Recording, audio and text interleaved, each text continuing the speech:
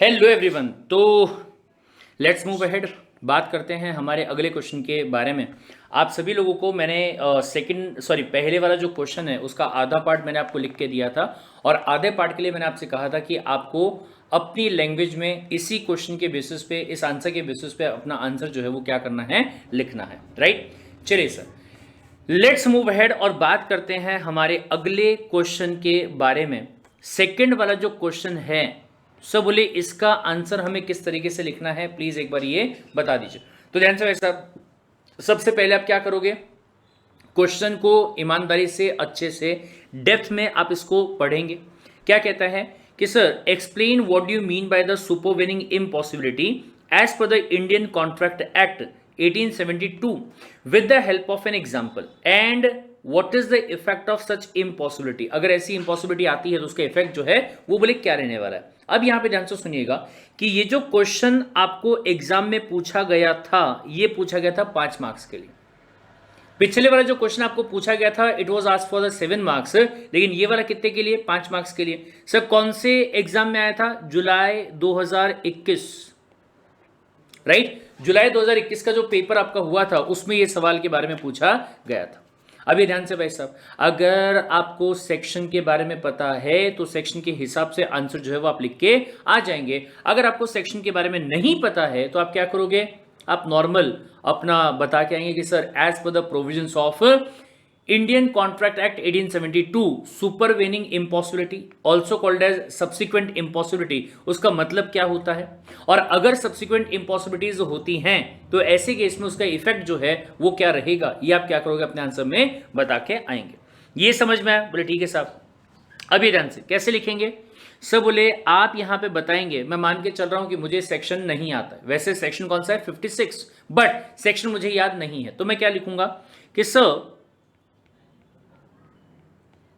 pursuant to applicable provisions,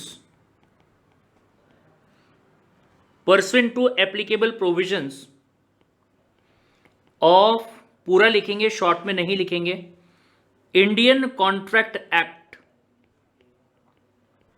जो कि 1872 का है, इंडियन कॉन्ट्रैक्ट एक्ट जो कि 1872 का है, ठीक है। A contract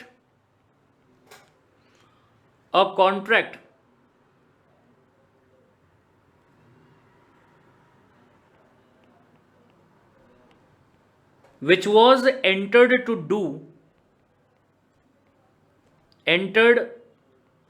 for any act, comma, which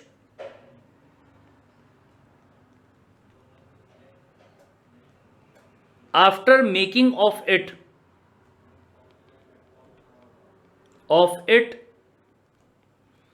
becomes impossible, becomes what, becomes impossible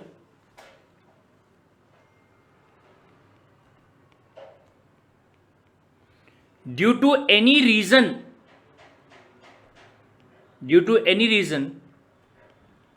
which is beyond the control of parties,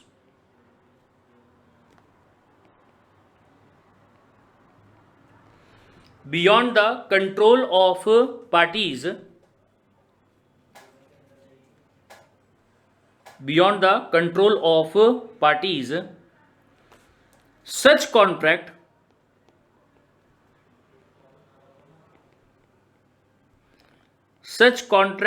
becomes void। ये कॉन्ट्रैक्ट आपका क्या हो जाएगा, ये बोले void बन जाएगा, becomes void due to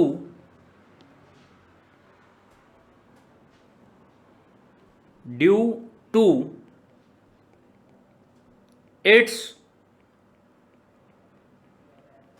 subsequent impossibility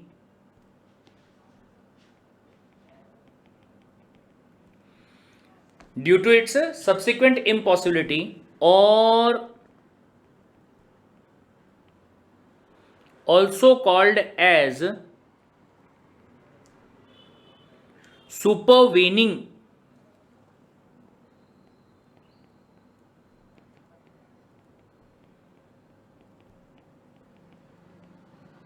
impossibility, क्या कहा जाएगा? Supervening impossibility. Got the point? बोले ठीक है साहब। अभी ध्यान से बोले following can be taken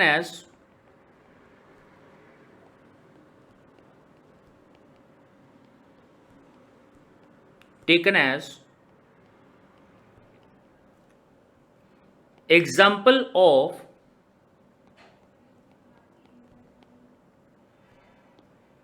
supervening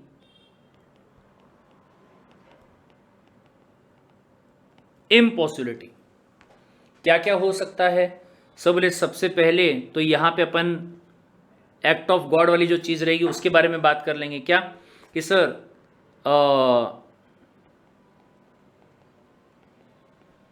destruction of subject matter,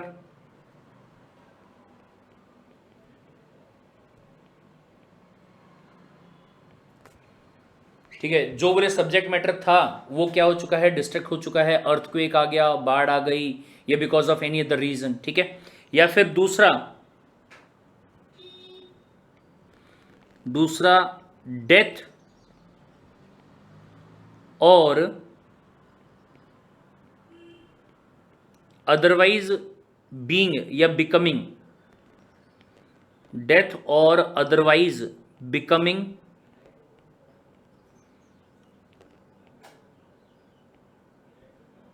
incompetent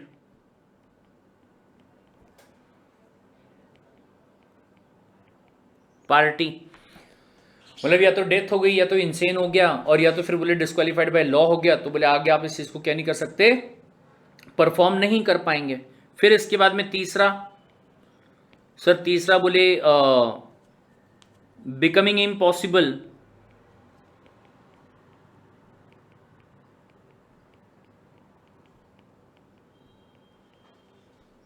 due to change in government policies और लेगिस्लेशंस, ठीक है। या तो बोले गवर्नमेंट पॉलिसीज में चेंज हो गया, और या तो फिर बोले जो लेगिस्लेशन वगैरह हैं उसमें कोई चेंज हो गया। और फिर उसके बाद में last but not the least, outbreak of the war.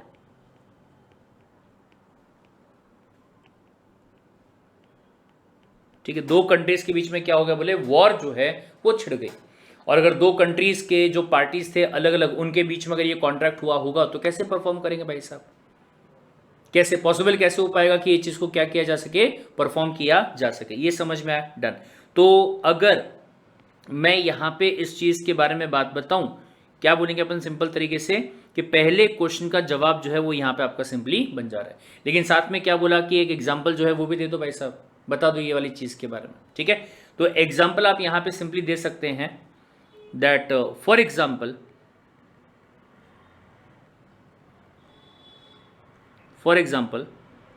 Mr. A contracted with Mr. B for purchase of his crops of field for a consideration of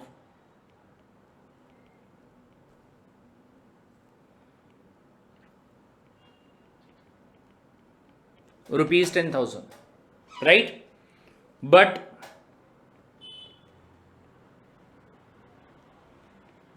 before the due date of performance, ठीक है, बोले इसके पहले कि अपन ये वाली चीज को परफॉर्म करते, इसके पहले कि ड्यू डेट आता परफॉर्मेंस करने का, ठीक है, before the due date of performance the crops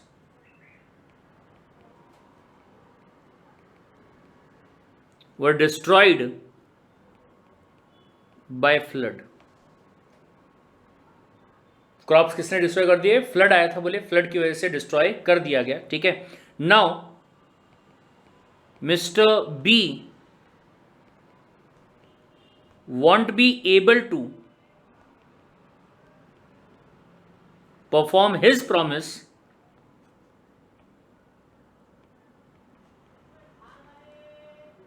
due to subsequent impossibility.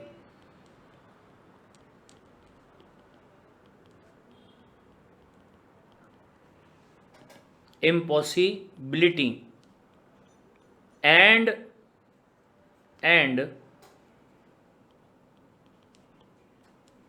will be legally discharged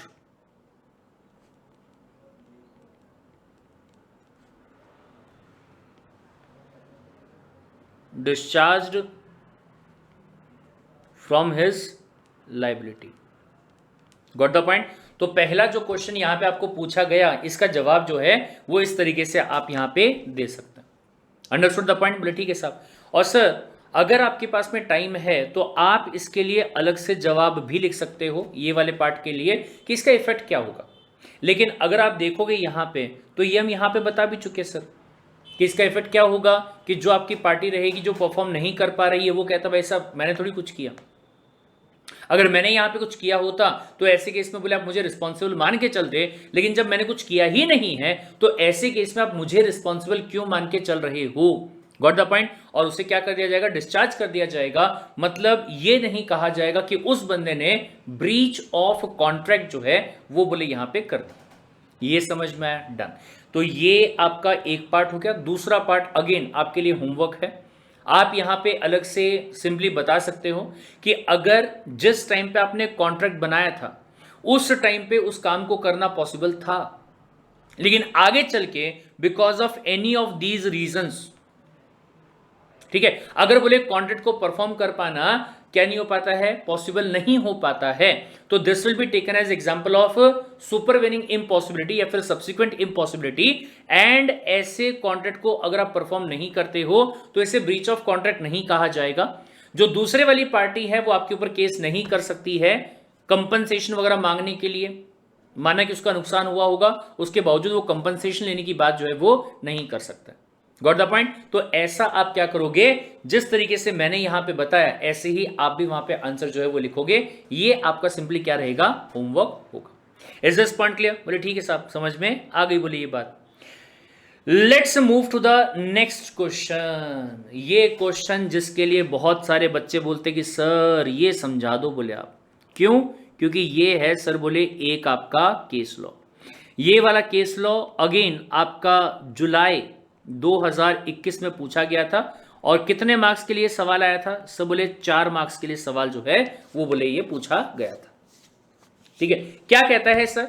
सबसे पहली बात, किसी भी केस लॉ को प्रॉपर्ली सॉल्व करने के लिए जरूरी है कि उस केस लॉ के एक एक वर्ड को प्यार से पढ़ो, सेंटेंस को ब्रेक करके पढ़ो। ऐसा नहीं कि मतलब लाइन में बस पढ़े जा रहे। बच्चे क्या करते हैं? बच्चे mister S aged 58 years was employed in the government department, he was going for the retirement after 2 years mister D made, ऐसे पढ़ते हैं। यार ऐसे अगर पढ़ोगे, ऐसा थोड़ी था कि आपको पढ़ के खत्म करना है, आपको समझना था। ये चीज को समझने की जिम्मेदारी थी आपकी। ऐसा नहीं था कि जस्ट इसको रीड करके आपको खत्म करना है ना, ऐसा बिल्कुल भी नहीं था। तो यहां पे ध्यान से सुनिएगा क्या कहता है वैसा। बोले सर मिस्टर एस, ठीक है, जिसकी एज जो है वो कितनी है? 58 ईयर्स है। He was employed in to the government department. ले भाई साहब 58 साल के हो चुके चाचा, यानी कि 60 ईयर्स के जब हो जाएंगे तो रिटायरमेंट आ जाएगा। 2 साल के बाद में रिटायरमेंट है। आगे पढ़ा नहीं उसके पहले में कोई ये समझ में आ गया। ठीक है, नाउ ये देखिए यहां पे वो बोला हुआ भी कि 2 साल के बाद में क्या होने वाले हैं? रिटायर होने वाले। मिस्टर डी कोई दूसरा बंदा है, made a proposal to mister S to apply for the voluntary retirement. बोले एक काम करो, 2 साल का इंतजार मत करो, अभी रिटायर हो जाओ। 2 साल पहले अभी ही रिटायर हो जाओ from your post, so that mister D can be appointed in his place. मतलब शायद उसका गवर्नमेंट सिलेक्शन हो चुका है लेकिन ऑफिस में वैकेंसी नहीं है, तो ऑफिस ने ये बोला होगा कि एक बार मिस्टर एस रिटायर हो जाते हैं 2 साल के बाद में, तो उसके बाद में आपका एम्प्लॉयमेंट जो होगा वो क्या हो जाएगा, कंटिन्यू हो जाएगा। मिस्टर डी ने कहा यार घर पड़े पड़े क्या करूंगा, फालतू में खाली दिमाग शैतान का घर है, और 2 साल बोले मेरे पास में कोई इनकम नहीं आ रही होगी, इससे अच्छा एक काम करता हूं क्या कि अगर मैं जल्दी कंपनी में ज्वाइन करूंगा तो आगे चल के प्रमोशन होने के चांसेस भी क्या होंगे, जल्दी होंगे। तो मैं मिस्टर एस को ऑफर दे देता हूं कि आप 2 साल पहले ही वॉलेंटरीली अपने आप को रिटायर कर लो, मैं आपको 10 लाख रुपए दूंगा इसके बदले में। Got the point. अगर बोले आप अभी रिटायर हो जाते हो तो 10 लाख रुपए दूंगा, क्योंकि जब आप रिटायर होगे तो मेरा अपॉइंटमेंट हो जाएगा बोले। ठीक है। Now mister S refused at the first instance, पहले मना कर दिया, राइट, पहले क्या कर दिया, मना कर दिया। लेकिन when he evaluated the amount offered as consideration is just double of his cumulative remuneration, उसने कहा अगर मैं 2 साल काम करता हूं तो 5 लाख मिलेगा, ये भाई साहब मेरे को आज कितना पैसा दे रहा है, 10 लाख रुपए दे रहा है, right. To be received during the tenure of 2 years of employment, he agreed to receive the consideration and accepted the above agreement to receive money to retire from the office। सवाल यह है कि क्या ये एग्रीमेंट वैलिड होगा। अब obviously आप पूरा का पूरा सिलेबस पढ़ चुके हैं तो फटाफट जवाब दे दीजिए भाई साहब, क्या ये एग्रीमेंट वैलिड होगा। आपका जवाब क्या आएगा, नहीं सर, ये एग्रीमेंट बिल्कुल भी वैलिड नहीं होगा। क्यों ऐसा, द रीजन बीइंग कि agreement to get the employment into the government office और the public office is void ab initio, ये लॉफुल नहीं है सर। इलीगल है कि नहीं है वो हमको नहीं पता, but this is not lawful, ये अपन ने पहले भी पढ़ा था। ठीक है, तो भले ही आपने पैसा ले लिया होगा, अगर पैसा लेने के बाद भी आप उसका जो कॉन्ट्रैक्ट मतलब वॉलंटरी रिटायरमेंट जो है वो अगर आप नहीं लेते हो तो सामने वाला आपके ऊपर ये केस नहीं कर सकता कि आपको ये परफॉर्म करना पड़ेगा, मतलब वॉलंटरी रिटायरमेंट जो है वो आपको लेना पड़ेगा। सर ये कंसेप्ट तो दिमाग में क्लियर है सर, पहले से क्लियर है, लेकिन सवाल ये है कि इस केस लॉस को मैं लिखूं कैसे, जवाब कैसे दूं। अच्छा ध्यान से सुनिएगा, काफी सारे बच्चों का ऐसा मानना है इवन इस फील्ड के अंदर भी, सर बोले पहले ना आप क्वेश्चन का केस लॉ का फैक्ट जो है ना वो बता के, फिर उसके बाद में आगे चल के आप यहां पे बताओ कि what is the provision of law. ठीक है, फिर इसके बाद में बोले आप यहां पे हेडिंग डाल देना बोले कंक्लूजन, और बोले कंक्लूजन के बारे में आप वहां पे बता के आ जाओ। कुछ तो और लोग हैं जो थीसिस भी ऐड करते हैं, एनालिसिस भी ऐड करते हैं। मेरा ये बोलना भाई साहब एक बात बताओ, आप एक बात बताओ, सबसे पहली बात तो ये कि हम एलएलबी नहीं कर रहे हैं, हम कोई लॉ नहीं कर रहे। ठीक है, एलएलबी में या लॉ की जब बात आती है ना तो वहां पे आपके लिए मेन ऑब्जेक्टिव क्या होता है कि किसी भी एक क्वेश्चन के लिए आपको 4 पेज 5 पेज या 10-10 पेज आपको भरने होते हैं। यहां जब आप ये प्रोफेशनल वाला कोर्स कर रहे हो ना तो यहां आपको ऐसा नहीं है कि आपको पेजेस भरने। मुझे एक बात बताइए कि जो फैक्ट्स के बारे में क्वेश्चन में लिखा हुआ है उसके बारे में वापस से लिखने की रिक्वायरमेंट क्या है? Do you have that much of time? भाई साहब 3 घंटे का टाइम है, एग्जाम में ऐसा होता है कि मेरा 5 मार्क का 10 मार्क का वैसे ही छूट जाता है, और यहां पे आप क्या टाइम पास कर रहे हो कि जो फैक्ट ऑलरेडी क्वेश्चंस में दिए हुए हैं उनके बारे में बोले आंसर में बता के आ जाओ। क्यों? एग्जामिनर वो क्वेश्चन ही पढ़ने वाला क्या? बताओ मेरे को आप ये वाली चीज, क्या एग्जामिनर वो क्वेश्चन को पढ़ने वाला नहीं है क्या? ये ध्यान से सुनिएगा, हो सकता है कि अगर आप किसी और टीचर से पूछो तो वो आपको यही वाली चीज कहेंगे कि सर आप पहले फैक्ट्स बता के आओ, फिर प्रोविजन ऑफ लॉ जो है वो बता के आओ, फिर आप कंक्लूजन जो है वो बता के आ जाओ। राइट, हो सकता है कि वो अपनी जगह पे सही बोल रहे होंगे, लेकिन मेरा ये पॉइंट है यहां पे कि सर अगर आपके पास एग्जाम में टाइम कम है और फैक्ट्स के बारे में ऑलरेडी अगर आपको यहां पे दिया हुआ है तो साइकोलॉजिकली अपन बात करते हैं। एग्जामिनर ने क्या किया, पहले क्वेश्चन को पढ़ा, जब क्वेश्चन को पढ़ा तो उनको फैक्ट्स पूरा समझ में आ गया और क्वेश्चन को उन्होंने ऐसे ही पढ़ा होगा जैसे कि मैंने पढ़ा। राइट, और फिर से आप बता रहे हो, सुनो सुनो सुनो मैं क्या बोल रहा हूं सर, एग्जामिनर सर मैं क्या बोल रहा हूं, फैक्ट्स बताऊं आपको क्या है। राइट, तो कहीं ना कहीं एग्जामिनर के बैक ऑफ द माइंड ये होता है कि यार ये क्यों पका रहा है, क्या ये अपने आंसर को लंबा करने की कोशिश कर रहा है अननेसेसरीली? ध्यान से सुनिएगा, जितने भी आपके प्रोफेशनल वाले एग्जाम से, चाहे आप सीए की बात करो, चाहे आप सीएस की बात करो, चाहे आप सीएमए की बात करो, वहां यह मैटर नहीं करता है कि आपने लेंथ कितना लंबा लिखा है, यहां मैटर करता है कि कंसेप्ट आपने कैसा लिखा है। अगर आप कभी भी आगे चल के सर्टिफाइड कॉपी मंगवाएंगे ना, आपको पता चलेगा कि आंसर जो लिखा गया था वो इतना ही था, और भाई साहब को पूरे मार्क्स मिल गए या मैक्सिमम मार्क्स मिल गए, राइट। और कई बार ऐसा मिलेगा कि भाई साहब ने 3-3 पेज लिख के आ गए, लेकिन 4 में से 2 मार्क्स मिले, 4 में से 1 मार्क मिला, या कई बार 0 भी मिला। लेंथ मैटर नहीं करता भाई साहब, गॉट द पॉइंट। यहां मैटर करता है सिर्फ एक ही चीज, और वो क्या है, कंसेप्ट। आपको कंसेप्ट जो है वो यहां सिंपली बताना पड़ेगा। अब ये ध्यान से सुनिएगा, मेरे हिसाब से, मेरे 11-12 साल का जो मेरा एक्सपीरियंस है उसके हिसाब से अगर मैं आपको बताऊं, तो इसका जवाब या तो आप 3 पैराग्राफ में देंगे और या तो आप 2 ही पैराग्राफ में देंगे। सर पहला पैराग्राफ क्या होगा, जो आपको आखिरी में सवाल पूछा गया है, अगर आपको उसका जवाब एकदम सही पता है तो पहले पैराग्राफ में आप उसी का जवाब लिख के आओ। क्या लिख के आएंगे, that no comma the agreement between Mr. S and Mr. D shall not be valid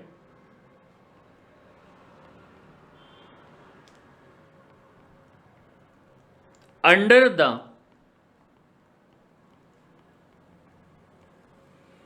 provisions of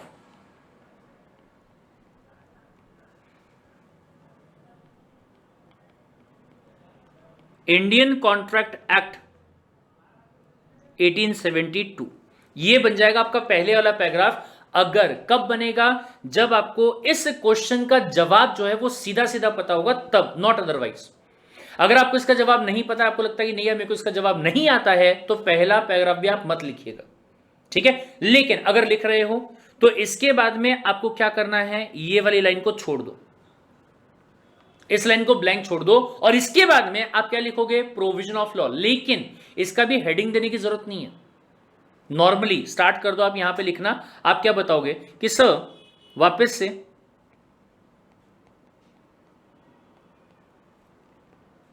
according to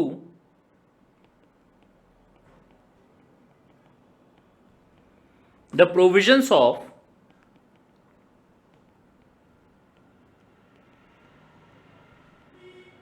Indian Contract Act 1872, comma, for a contract to be a valid contract,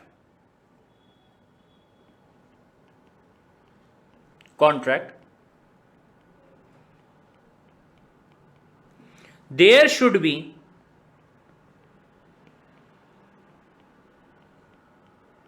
a valid offer, comma,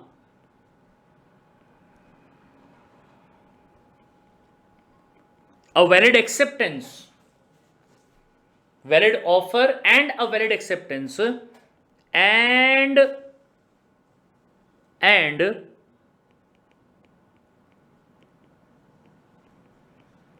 enforceability by law under section 10।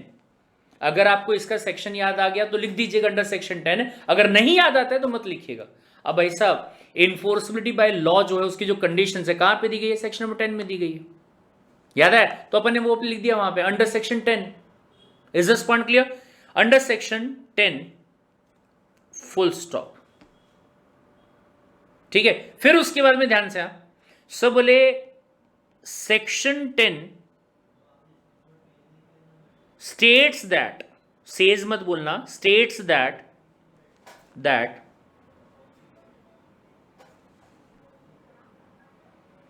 there should be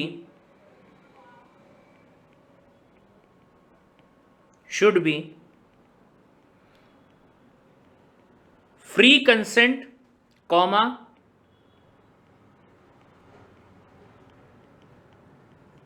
lawful consideration, comma,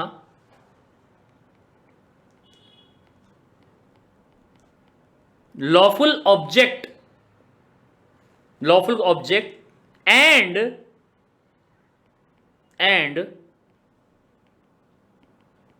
the contract shall not be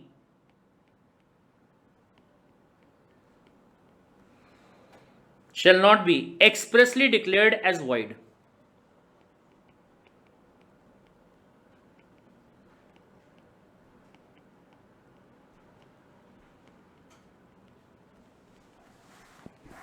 Shall not be expressly declared as void. Is this point clear? बोले ठीक है भाई साहब. अब इसके बाद में ये ध्यान से आपको ध्यान होगा कि अगर मैं यहां इंडियन कॉन्ट्रैक्ट एक्ट के एकदम स्टार्टिंग में बात करूं तो अपन ने ना जब आपने ऑब्जेक्ट के बारे में बात की थी, कहां गया ऑब्जेक्ट, जस्ट अ सेकेंड, यहां पे आ जाएगा वो चीज, contract plurality, contract capacity, consensus ad idem, lawful object. ये देखिए भाई साहब, आप चाहो तो ये वाले जो पॉइंट है ना वो भी वहां पे बता के आ सकते हो. It should not be forbidden by law, it should not be of some nature, जो अलाउ अगर कर दिया गया तो किसी भी लॉ के प्रोविजन को डिफीट करेगा.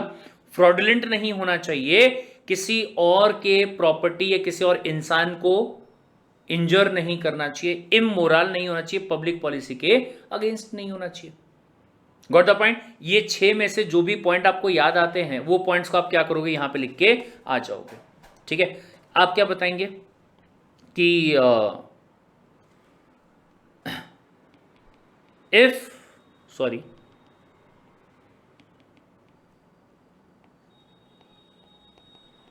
if a contract is made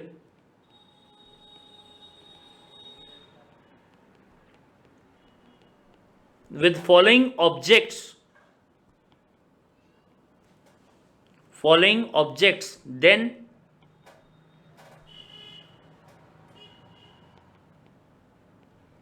the contract shall not be considered as valid.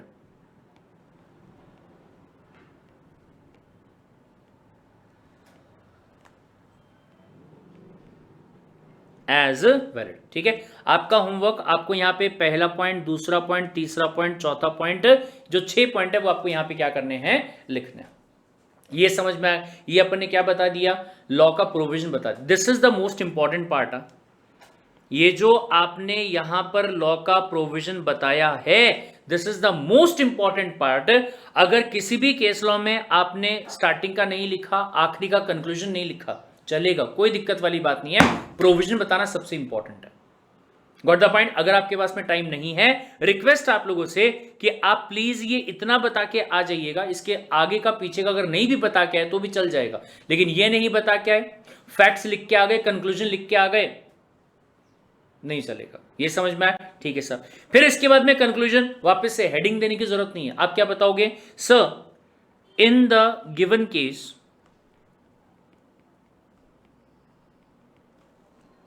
As the. अच्छा, अगर आप चाहो कि आपके पास में यहां पे टाइम है तो आप क्या करो, यहां पे थोड़ा सा फैक्ट बता के आ जाओ. In the given case as mister D offered to voluntarily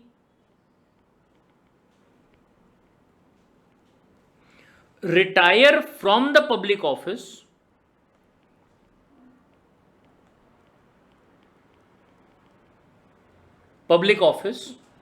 ठीक है,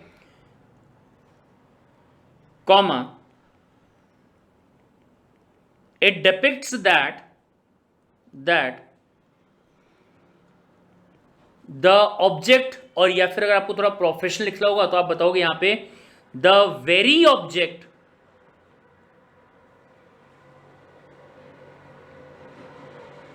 of this agreement is unlawful and shall not be held valid. इसको बोले क्या नहीं माना जाना चाहिए, इसको किसी भी तरीके से किसी भी हाल में वैलिड मानने का सवाल ही पैदा नहीं होता.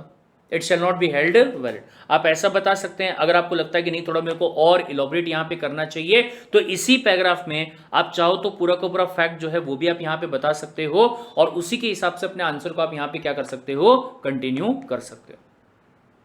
ये समझ में आया भाई साहब? तो अल्टीमेटली आपका जो जवाब रहेगा वो इस तरीके से आएगा, अगर आप क्वेश्चंस के जवाब देने की बात करते हैं तो सबसे पहले मेरे भाई ये वाला जो है इसको आप नोट डाउन कर लीजिएगा। सेकंड वाला जो क्वेश्चन था उसका ये पहला पैराग्राफ, ठीक है। फिर उसके बाद में सेकंड वाला पैराग्राफ, और फिर उसके बाद में सबसे आखिरी वाला पैराग्राफ। Got it? फिर इसके बाद क्वेश्चन नंबर 3 के बारे में अगर मैं बात करूं तो this was your question number 3, ये था आपका क्वेश्चन।